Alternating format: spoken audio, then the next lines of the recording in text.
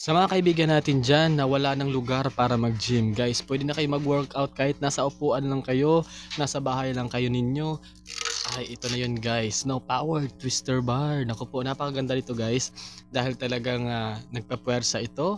At ito ay 20 kilos kung i-bend mo. Napakaganda nito guys, itong ating power twister bar.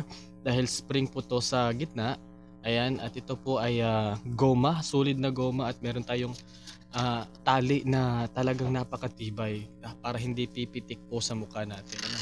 Ayan, ito po yung pinakamagandang pwede nating pang-workout kung nasa bahay lang tayo, no, hindi na tayo makapupunta doon dahil nga bising-busy na sa bahay, guys. Pwede kayong magpapawis sa pamamagitan nito, no, kahit ilang forma ninyo, pwede yan.